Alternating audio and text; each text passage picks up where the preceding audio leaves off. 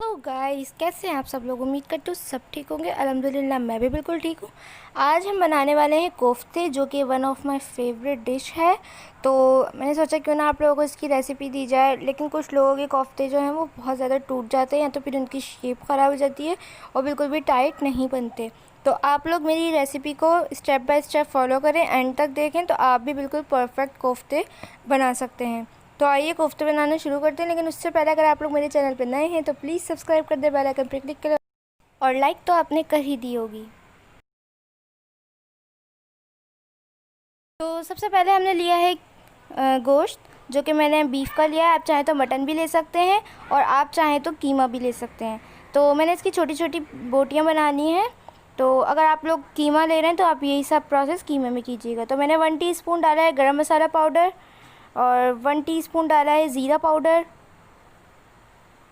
1 teaspoon लाल मिर्चों का powder, 1 teaspoon हल्दी पाउडर, नमक हाफ़ टी स्पून या फिर आपके टेस्ट के मुताबिक, चने का पाउडर, जो भुने हुए चने होते हैं वो 4 टेबल स्पून, या अगर वो नहीं है तो आप डालेंगे बेसन, जो कि भुना हुआ होना चाहिए, 4 टेबल स्पून। तो ये बेसिकली बाइंडिंग एजेंट है, लाजमी ऐड करना है। जिंजर गार्लिक पेस्ट यानी कि अदरक लहसुन का पेस्ट 1 टीस्पून। और ये मैंने लिया है प्याज, एक मीडियम साइज़ का लेना है, और मैं इसको बना लूँगी पेस्ट। अगर आप लोग कीमा ले रहे हैं और आपका बारीक पिसा हुआ है तो आप लोगों के पास फूड प्रोसेसर नहीं है, जैसे कि मैं भी सबको फूड प्रोसेसर के अंदर पीस लूँगी। तो अगर आप लोगों के पास नहीं है तो आप ये हरी मिर्चें और ये धनिया वगैरह सब चॉप्ड किया हुआ इसके अंदर ऐड कीजिएगा, ताकि आपको ज़रूरत ना पड़े। तो मैं मशीन में एक दफ़ा पीस के फिर लाती हूँ आप लोगों के सामने। तो ये कीमा मैंने पीस लिया है फूड प्रोसेसर में। अगर आप लोगों के पास वो नहीं है मशीन, तो फिर आप लोगों ने वो स्टेप करना है जो मैंने आप लोगों को बताए थे, यानी कि प्याज जो मैंने डाला था वो फिर आपने ग्रेट करके डालना है, और जो हरी मिर्चें डाली थी वो बिल्कुल चॉप्ड करके उसका पेस्ट बना के डालना है, और हरा धनिया भी बिल्कुल बारीक चॉप्ड करके डालना है। और कीमा जो है वो आप बुचर से कह दें कि वो बारीक पिसवा लें, उनसे 2-3 दफ़ा मशीन में निकलवा लें, तो आपके भी बिल्कुल सेम कोफ्ते बनेंगे। तो इस तरह से आप लोगों ने दबा दबा के बनाना है, अच्छे से इसका मॉइस्चराइज़र रिलीज़ करना है। मैं आप लोगों को ये स्टेप्स इसलिए बता रही हूँ, इसलिए बार बार दिखा रही हूँ, ताकि आप लोगों के कोफ्ते बिल्कुल भी टूटे ना। आप लोगों ने इस तरह दबा दबा के, आप हाथ में देख रहे हैं कितना मॉइस्चराइज़र आ रहा है। तो इस तरह से आप लोगों ने दबा दबा के इसकी बॉल्स बना लेनी है, ताकि सारा मॉइस्चर निकल जाए, पानी निकल जाए इसका। और ये बॉल इस तरह तैयार हो गई है। तो आप देख सकते हैं बाकी की भी मैं इसी तरह तैयार कर लूँगी। आप इनको बना के फ्रीज़र में भी फ्रीज़ कर सकते हैं 1 हफ़्ते के लिए, जब आपका दिल करे। तो आप जल्दी से मसाला भूनें और ये कोफ्ते तैयार कर लें, इससे काम आसान हो जाता है। तो इस तरह से सारे कोफ्ते तैयार कर लें। आप टेक्निक्स देख सकते हैं, टाइट टाइट हाथों से टाइट टाइट कोफ्ते बनाएंगे तो फिर आप लोगों के कोफ्ते की शेप बिल्कुल भी ख़राब नहीं होगी। तो आप इसको फ्रीज़ करके भी रख सकते हैं, लेकिन अगर मेरी तरह बना रहे हैं तो आप उसी वक्त भी बना सकते हैं, जैसे कि मैं बना रही हूँ। तो अब हमें करना है ये कि मैंने फ्राइंग पैन के अंदर लिया है तेल, जो कि मैंने कम लिया है क्योंकि मुझे इसको फ्राई करने हैं। शैलो फ्राई करूँगी मैं, ज़्यादा पकाना नहीं है इनको, सिर्फ आधा पकाना है, हमें इसको फ्राई करना है, हल्का सा कलर आ जाए जस्ट, मैं फिर निकाल लूँगी। तो सारे कोफ्ते नहीं डाले मैंने एक शिफ्ट में, तो मैंने इसको डाल दिया है। अब 1 मिनट हो गया है तो मैं इसको पलट रही हूँ। सारे इसी तरह पलट लें, और ध्यान रखिएगा ये जो ऑयल है ना बहुत मुंह पे आता है, तो आप लोगों ने केयरफुली करना है। अच्छे से सारी बॉल्स को, कोफ्तों को पलट लें, आराम से करिएगा, शेप बिल्कुल भी ख़राब नहीं कीजिएगा। ये वाला स्टेप करने से आपके कोफ्तों की शेप भी ख़राब नहीं होगी, और वो बिल्कुल टाइट होंगे और अंदर से जूसी भी होंगे। तो 1 मिनट बाद मैंने निकाल लिया इनको, इनका ज़्यादा कलर नहीं लाना। इसी तरह मैंने सारे फ्राई कर लिए थे।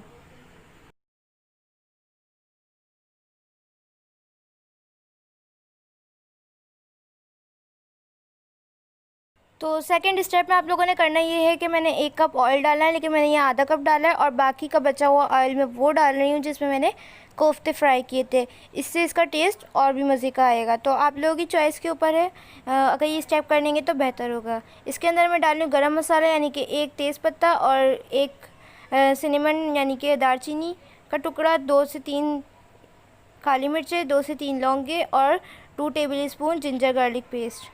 अच्छे से इसको भून लें 1 मिनट के लिए ताकि उसका कच्चापन निकल जाए। 1 मिनट के लिए अच्छे से इसको भूनिएगा। जब हल्की सी स्मेल आने लग जाएगी, खुशबू, तो फिर हम इसके अंदर बाकी के मसाले ऐड करेंगे।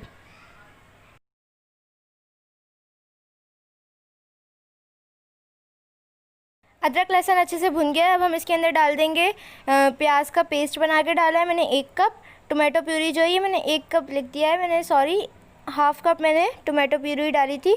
तो प्लीज़ आप लोग इसके अंदर दही इस्तेमाल मत कीजिएगा, आप लोग टमाटर से ही बनाइएगा तो टेस्ट और भी ज़्यादा अच्छा आएगा। तो प्याज बिल्कुल चिकना पिसा हुआ होना चाहिए आप लोगों को। इसके अंदर मैं डाल रही हूँ 3 हड्डियाँ। अगर ये ऑप्शनल है, अगर आप लोग नहीं डालना चाहते तो ना डालें, लेकिन इसका जो जूस रिलीज़ होगा उससे और भी टेस्ट अच्छा आएगा, लेकिन ये ऑप्शनल है। 2 टेबल स्पून में डाल रही हूँ लाल मिर्चों का पाउडर, ये आपके टेस्ट के मुताबिक। 2 टेबल स्पून धनिया पाउडर, 1/2 टीस्पून हल्दी पाउडर, नमक आपके टेस्ट के मुताबिक। अच्छे से इसको मिक्स कर लें, अच्छे से मिक्स कर लें इसको। और मैं इसको कवर करके पकाऊंगी। तो ये देख सकते हैं 2 मिनट चलाने के बाद मैं इसको कवर करके पका रही हूँ ताकि ये अच्छे से भुन जाए। तो 2 मिनट हो गए हैं और आप देख सकते हैं मसाला अच्छे से भुन रहा है। अगर आपको पानी की नीड हो तो थोड़ा सा पानी डाल के फिर भूनिएगा ताकि इसका कच्चापन अच्छे से निकल जाए। तो अब हम इसके अंदर हाफ डन वाले जो कोफ्ते हमने फ्राई किए थे वो ऐड कर देंगे। सारे कोफ्ते आराम से ऐड कर दें, ये बिल्कुल भी अब टूटेंगे नहीं। आप कैसे भी मर्ज़ी करें, इसके साथ कुछ भी करें, ये बिल्कुल भी टूटने वाले अब नहीं हैं। तो मैंने इसी तरह सारे कोफ्ते इसके अंदर ऐड कर दिए हैं। ये थोड़ा सा पानी रिलीज़ हुआ था कोफ्तों का तो मैंने वो भी ऐड कर दिया है। अच्छे से इसको हिला लें, स्पून से नहीं, वैसे ही हिलाइएगा इसको बस। अब हम इसके अंदर डाल रही हूँ मैं थोड़ा सा पानी, तकरीबन 1/2 कप के करीब, और मैं इसको एक दफ़ा चला लूँगी ताकि जो भी मसाला वगैरह है उसका टेस्ट कोफ्तों के अंदर अच्छे से एब्ज़ॉर्ब हो जाए।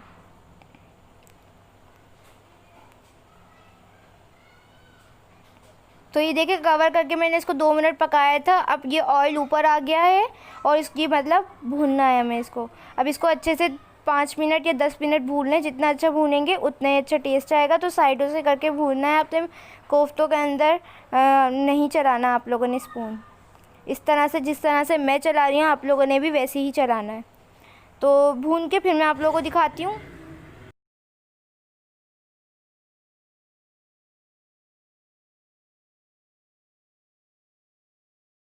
तो ये अच्छे से भुन गया है, आप देख सकते हैं ऑयल भी अच्छे से ऊपर आ रहा है।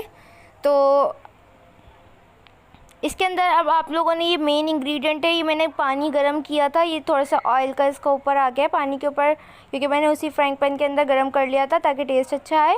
तो ये पानी गरम है और आप लोगों ने इस पॉइंट पे गरम पानी ऐड करना है। जितना भी आप लोगों ने शोरबा बनाना हो आप उस हिसाब से बना सकते हैं। मैं थोड़ा गाढ़ा रखूँगी। तो मैं इसके अंदर डाल रही हूँ 3 से 4 हरी मिर्चें। मैंने इसको खोला नहीं है, बारीक वाली हैं, तेज़ होती हैं, मुझे अच्छी लगती हैं। आप लोगों को नहीं पसंद तो आप इसको स्किप भी कर सकते हैं। तो अब मैंने इसको ढक के पकाया था 2 मिनट के लिए। अब मैं इसके अंदर डाल रही हूँ, या पहले इसकी कंसिस्टेंसी चेक कर सकते हैं, इतना थिक है। अगर आप लोगों ने ज़्यादा थिक करना है तो आप लोगों ने गर्म पानी ही ऐड करना है। अब मैं इसके ऊपर गरम मसाला और हरी इलायची का पाउडर दोनों मिला के वो ऐड कर रही हूँ ताकि इसकी खुशबू और भी अच्छी हो।